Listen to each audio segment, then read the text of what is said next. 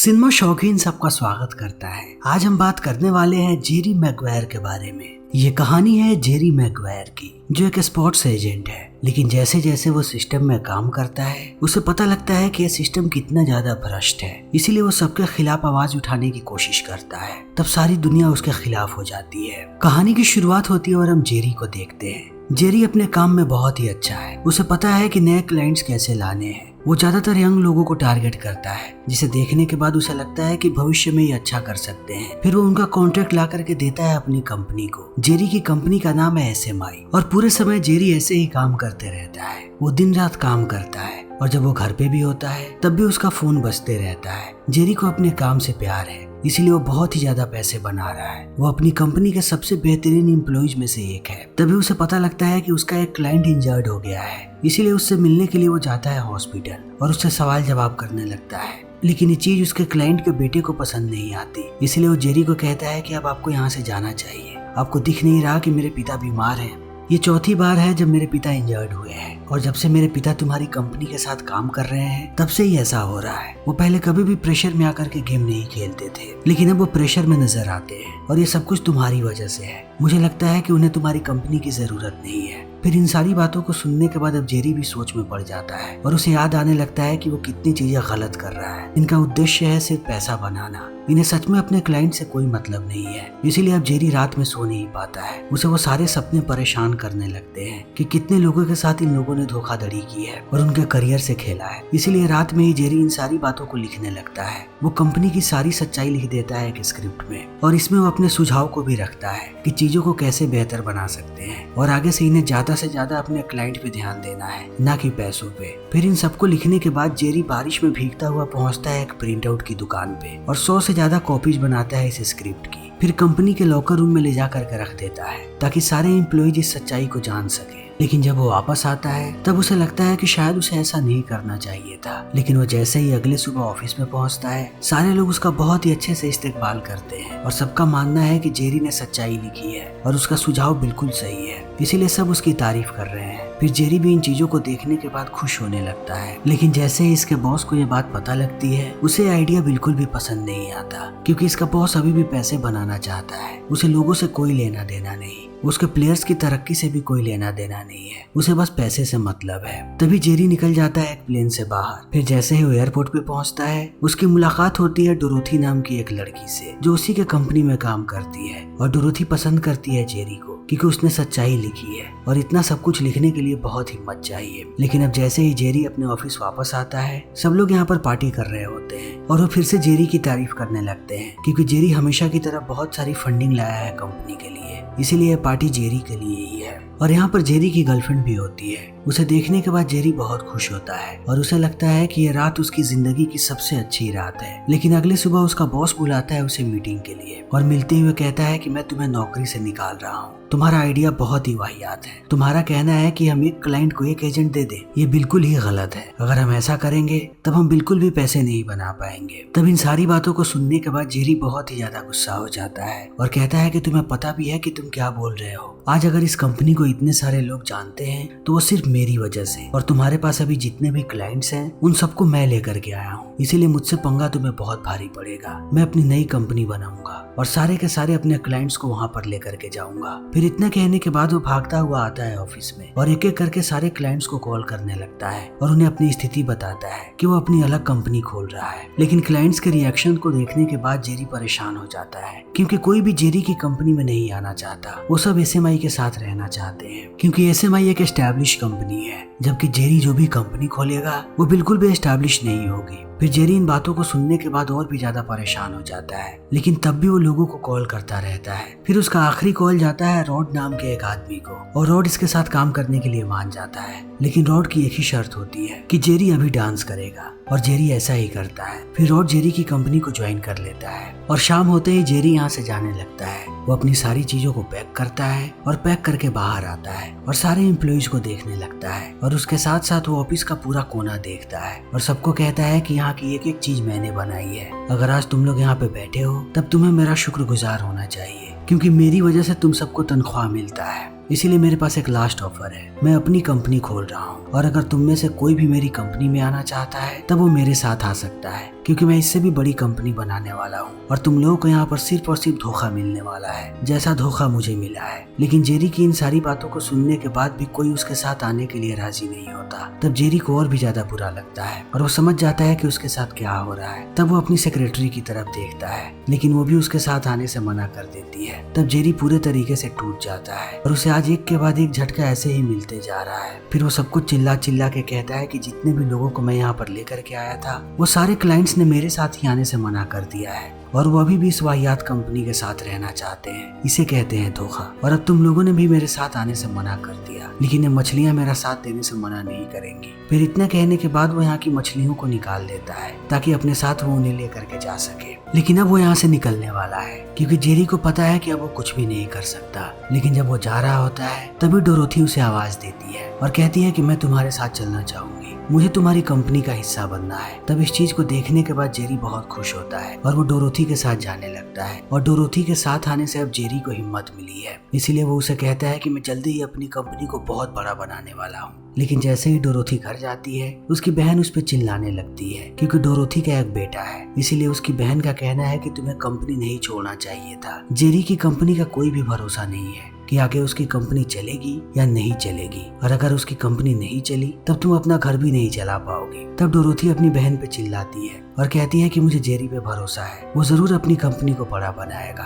तभी हम जेरी को देखते हैं जिसके पास उसकी मंगेतर आती है और उसे हिम्मत देने लगती है कि तुम फिर से जरूर सक्सेसफुल हो जाओगे, तुम्हें आदत है सक्सेस की और सक्सेस तुम्हारे पीछे भाग करके आएगी। तब जेरी जाता है एक रग्बी प्लेयर के पास जिसे वो अपनी कंपनी में आने के लिए कहना चाहता है। लेकिन उस प्लेयर से मिलने के बाद जेरी जाता है उसके पिता के पास क्योंकि उसके पिता ने भी बहुत स्ट्रगल किया है। इसीलिए जेरी उसके पिता से बात करना चाहता है ताकि वो उसके मंसूबों को समझ सके। और उसके पिता से बात करने के बाद वो मिलता है फ्रैंक से। तब फ्रैंक भी उसकी कंपनी को ज्वाइन करने के लिए मान जाता है। तब इस चीज को देखने के बाद जेरी बहुत ही ज्यादा खुश होता है क्योंकि अब उसके पास 2 क्लाइंट्स हो चुके हैं। इसलिए वो खुशी से घर आता है क्योंकि वो जानता है कि अब वो कामयाबी की सीढ़ियां चढ़ रहा है। इसलिए वो कॉल करता है डोरोथी को और उसे बताता है कि उसे एक और क्लाइंट मिल गया है और उसका क्लाइंट रग्बी का अब तक का सबसे बेस्ट प्लेयर है। तब डोरोथी उसे बधाई देती है और कहती है कि तुम बहुत ही जल्द कामयाब होने वाले हो। तब जेरी को और भी ज्यादा हिम्मत मिलती है। फिर अगले दिन वो जाने लगता है सारे के सारे क्लब्स के पास और वो अपने दोनों क्लाइंट से मिलता है। फ्रैंक बहुत ही फेमस है, इसीलिए जेरी बाकी क्लब्स के पास नहीं जाता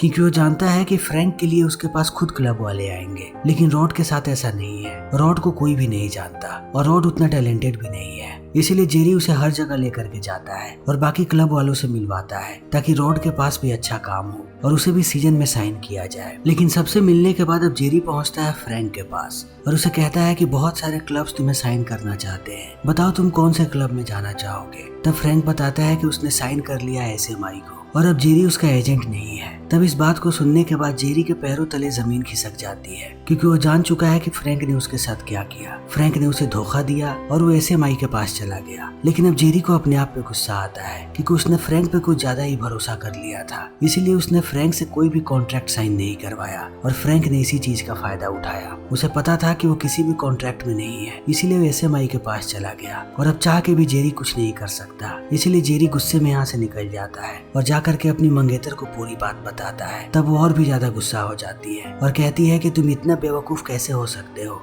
आज के पहले जो कुछ भी हुआ वो शायद तुक्का था, तुम्हारा असली रूप यही है और मुझे नहीं लगता कि तुम कभी भी सक्सेसफुल बन पाओगे, तुम ऐसे ही रहोगे। फिर इतना कहने के बाद वो उसे गालियां देने लगती है। तब इन चीजों को देखने के बाद जेरी समझ जाता है कि वो इस लड़की के साथ अपनी जिंदगी नहीं बिता पाएगा। इसीलिए वो यहाँ पे ब्रेकअप कर लेता है इस लड़की से और थक हार के पहुंचता है घर। फिर घर पे भी वो शराब पीता है। तब थोड़े समय के बाद उसे एहसास होता है कि जिंदगी में ऐसा भी होता है जब आप बिल्कुल अकेले हो जाते हो और आपके पास कोई भी नहीं होता और आपको सब कुछ अकेला ही करना पड़ता है। तब जेरी एक बार फिर से कोशिश करना शुरू कर देता है और अगले दिन वो पहुंचता है रॉड के पास और उसे पूरी बात बताता है। तब रॉड उससे कहता है कि मैं तुम्हारा साथ कभी नहीं छोड़ूंगा, तुम पहले भी मेरे एजेंट थे और आगे भी तुम ही मेरे एजेंट रहोगे। तब जेरी को एहसास होता है एक ज्यादा टैलेंटेड धोखेबाज क्लाइंट से अच्छा होता है एक कम टैलेंटेड ईमानदार क्लाइंट। इसीलिए वो भी अब रॉड को पसंद करने लगा है। लेकिन अब जेरी का वर्कलोड बढ़ते जा रहा है, इसीलिए वो धीरे धीरे पागल हो रहा है। और ऐसी ही हालत में वो पहुंचता है डोरोथी के घर पे और अंदर जाने के बाद उसे पूरी बात बताता है। लेकिन जेरी यहाँ पे पागलों वाली हरकतें कर रहा है। वो घर की किसी भी चीज को छू रहा है और बिना मतलब का हंस रहा है। तब डोरोथी इन चीजों को देख करके समझ नहीं पाती कि आखिर जेरी क्या कर रहा है। लेकिन जेरी ऐसे ही थोड़ी देर तक यहाँ पे पागलपंती करते रहता है। तभी डोरोथी के पास उसकी बहन आती है और कहती है कि ये आदमी बिल्कुल पागल है और मुझे नहीं लगता कि अपनी जिंदगी में कुछ भी करने वाला है। मुझे पता नहीं कि तुम इसके साथ क्या कर रही हो। अगर तुम इसके साथ रहोगी तब तुम्हारी परेशानियां ऐसे ही बढ़ती जाएंगी। तब डोरोथी अपनी बहन को समझाती है और कहती है कि जेरी एक बहुत ही समझदार आदमी है। अभी उसकी जिंदगी का सबसे खराब वक्त चल रहा है, लेकिन मुझे पता है कि वो सारी चीजों को ठीक कर लेगा। तभी हम डोरोथी के बेटे को देखते हैं जिसका नाम है रे, और रे अब पसंद करने लगा है जेरी को। जेरी ने कभी अपने पिता को नहीं देखा, लेकिन रे को अब जेरी का साथ अच्छा लगने लगा है, इसीलिए वो उससे मजाक करता है और जेरी भी रे को पसंद करने लगता है। फिर ये दोनों ऐसे ही हंसते रहते हैं। तब थोड़ी देर के बाद यहाँ पे डोरोथी आती है और उसे पता लगता है कि जेरी पहले से ही बहुत ही ज्यादा नशे में था,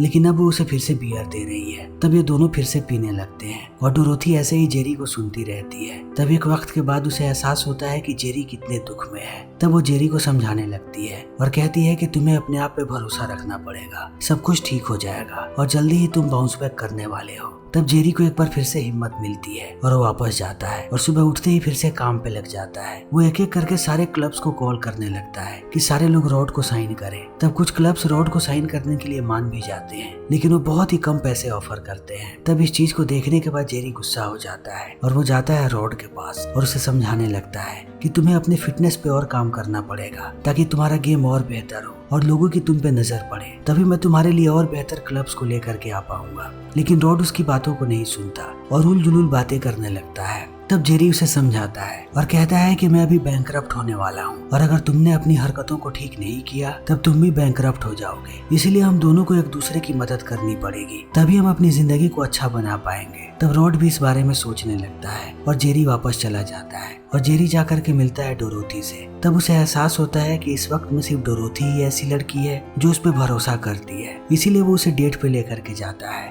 और वहां जाने के बाद अपने प्यार का इजहार करता है। तब उसे पता लगता है कि डोरोथी भी उसे पसंद करती है। फिर ये दोनों एक साथ रहने का निर्णय कर लेते हैं और एक साथ ही रहने लगते हैं। तभी जेरी रॉड को बताता है कि तुम्हारा पहला कॉन्ट्रैक्ट आ चुका है। तब रॉड बहुत खुश हो जाता है, लेकिन जैसे उसे अमाउंट पता लगता है वो दुखी हो जाता है और रॉड की पत्नी जेरी पे चिल्लाने लगती है और वो कहती है कि तुम्हें एजेंट बदलने की जरूरत है, शायद हमें एसएमआई के पास जाना चाहिए, तभी हमें बेहतर पैसा मिल पाएगा। लेकिन रॉड मना कर देता है और कहता है कि नहीं, मुझे जेरी के साथ ही रहना है और जल्दी ही वो वक्त भी आएगा जब हमें इससे बेहतर ऑफर मिलेगा। इसीलिए अब रॉड भी अपने आप के ऊपर काम करने लगता है और वो जेरी का शुक्रिया अदा करता है कि तुम्हारी वजह से अब मैं और भी बेहतर प्लेयर बन पा रहा हूँ। फिर इन बातों को सुनने के बाद जेरी अपनी प्रेम कहानी बताता है रॉड को कि वो भी डोरोथी के साथ है। तब रॉड उसे समझाता है और कहता है कि कभी भी डोरोथी जैसी महिला का दिल मत तोड़ना, क्योंकि उसका पहले से बच्चा है और वैसी महिलाएं बहुत ही उम्मीद के साथ किसी मर्द के पास आती हैं। तब जेरी को सारी बातें याद आती है कि सिर्फ डोरोथी ही एक ऐसी लड़की है जो अब उस पर भरोसा करती है, इसीलिए अब जेरी को डोरोथी के साथ ही रहना चाहिए। फिर वो जाता है डोरोथी के पास। तब उसे पता लगता है कि डोरोथी शहर छोड़ करके जा रही है क्योंकि अब उसके पास यहाँ पे नौकरी नहीं है, इसीलिए वो अपने बच्चे का फीस तक नहीं भर पा रही है। और इन सारी चीजों को देखने के बाद अब जेरी निराश हो जाता है, लेकिन डोरोथी के जाने से पहले वो आखिरी कोशिश करना चाहता है, इसीलिए वो डोरोथी को शादी के लिए पूछता है और वो मान भी जाती है। तब जल्दी ही ये दोनों शादी के बंधन में बंध जाते हैं। फिर शादी के बाद रॉड और जेरी का परिवार और भी करीब आ जाता है। ये लोग ज्यादातर समय एक साथ बिताते हैं और इसी बीच रॉड और भी अच्छे से ट्रेनिंग करने लगता है। तब दिन प्रतिदिन उसका गेम और भी अच्छा होने लगता है और सबको रॉड से उम्मीदें बढ़ने लगती हैं। लेकिन अब जेरी बहुत ही ज्यादा टेंशन में रहता है और डोरोथी इस चीज को नोटिस कर लेती है। तब उसे एहसास होता है कि शायद जेरी उससे प्यार नहीं करता, इसीलिए वो उससे पूछती है कि क्या तुम अभी भी मुझसे प्यार करते हो। तब इस बात को सुनने के बाद जेरी चुप हो जाता है। तब डोरोथी कहती है कि अगर तुम मुझसे प्यार नहीं करते तब मैं अभी तुम्हें छोड़ करके जा सकती हूँ, इसके लिए तुम्हें बुरा मानने की कोई जरूरत नहीं है। तब इस बात को सुनने के बाद भी जेरी थोड़ी देर तक शांत रहता है।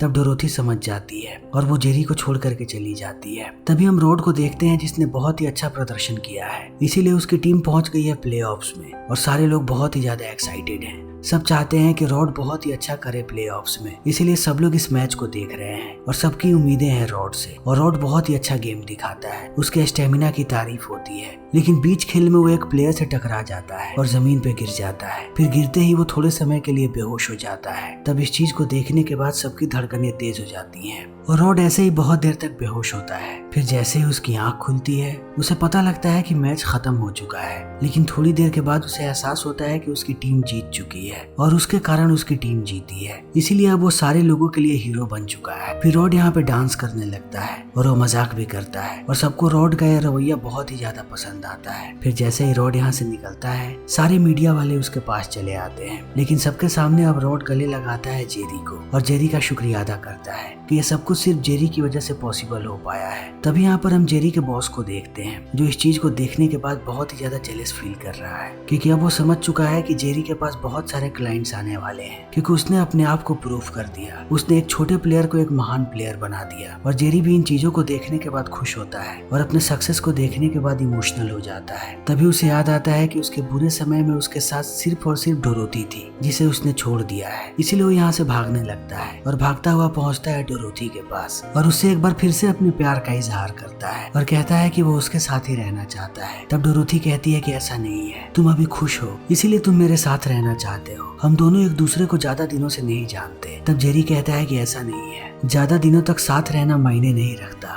मायने रखता है कि कितने बुरे समय में तुम मेरे साथ थी और मैं जानता हूँ कि तुम मुझे पूरा करती हो, इसीलिए मैं अपनी पूरी जिंदगी तुम्हारे साथ बिताना चाहता हूँ। तब इन बातों को सुनने के बाद डोरोथी एक बार फिर से जेरी को अपना लेती है और समय ऐसे ही बीतने लगता है। तभी हम रॉड को देखते हैं एक टेलीविजन पे और सारे मीडिया वाले उसका इंटरव्यू ले रहे हैं, क्योंकि उसे अब तक का सबसे बड़ा साइनिंग अमाउंट मिला है $11.2 मिलियन। तब रॉड सबका शुक्रिया अदा करता है, अपनी बीवी का, अपने बच्चों का, लेकिन सबसे ज्यादा वो शुक्रगुजार है जेरी का, इसीलिए वो इंटरव्यू में बार बार जेरी का नाम लेता है। और इन चीजों को देखने के बाद अब जेरी के पास बहुत सारे क्लाइंट्स आने वाले हैं और जेरी एक बार फिर से सक्सेसफुल हो चुका है, इसीलिए वो अपनी जिंदगी अब अपने परिवार के साथ बिताता है और उसे इस बात का एहसास हो चुका है कि जिंदगी में जो कुछ भी होता है एक अच्छे काम के लिए होता है। उसने कंपनी छोड़ के अच्छा किया और उसके साथ साथ अपनी मंगेतर को भी, क्योंकि अब उसकी जिंदगी में एक ऐसी औरत है जो उसे सबसे ज्यादा प्यार करती है। और अब इसी के साथ ये फिल्म यहीं पे खत्म हो जाती है। तो दोस्तों हमारी आज की ये वीडियो यहीं पे खत्म होती है। अगर आपको हमारी ये वीडियो पसंद आई हो तो इसे लाइक करें, शेयर करें और चैनल को सब्सक्राइब करें। Thank you.